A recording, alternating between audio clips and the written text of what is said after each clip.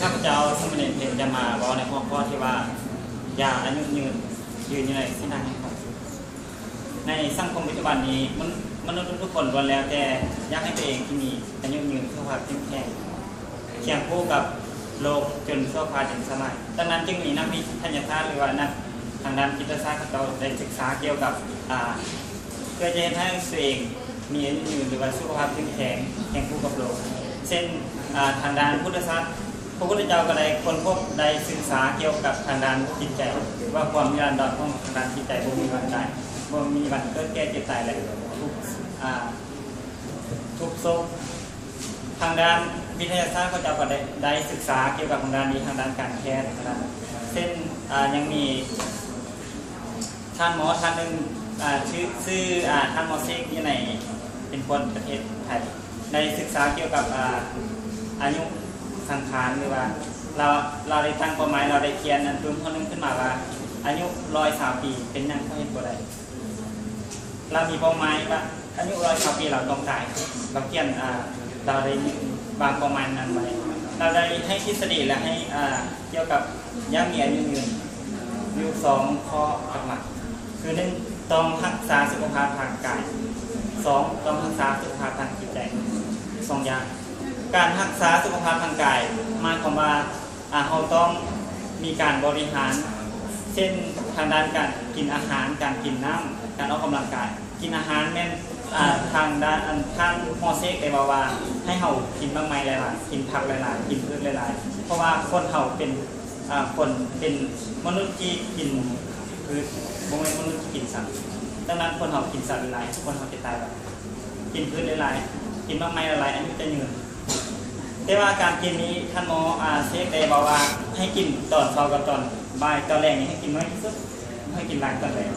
กินตอนแรกเพราะยังว่าตอนแรกมาร่างกายของเราต้องการพักผ่อนกระเพาะของเราถ้าว่าเรากินหลายกระเพาะทำงาน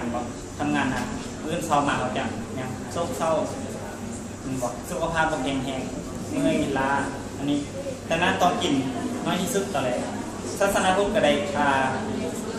ห้ามให้พระสงฆ์มีพระสงฆ์สามเณรเป็นจากกินเขาเลยกินไป2 ครั้ง2กินน้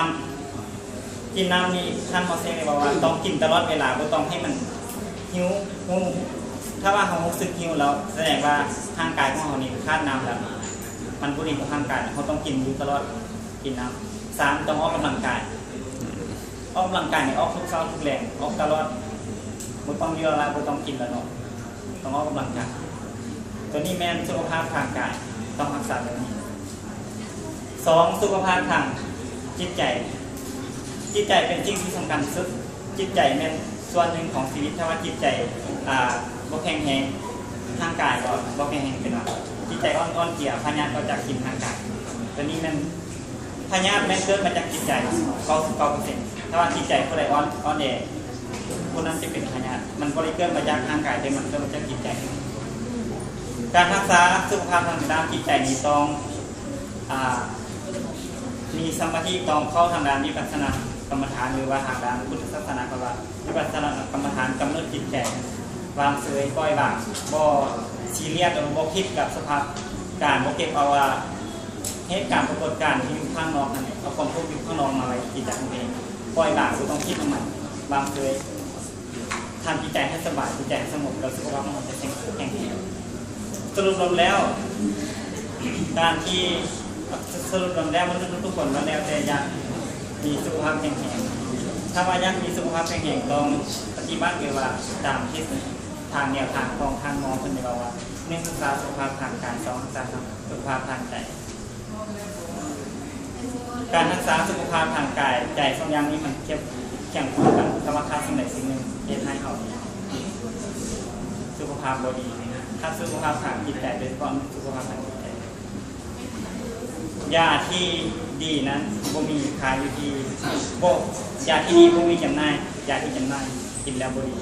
ยาที่สุดคือยาอยู่ที่ตัวของท่านเองขอบใจ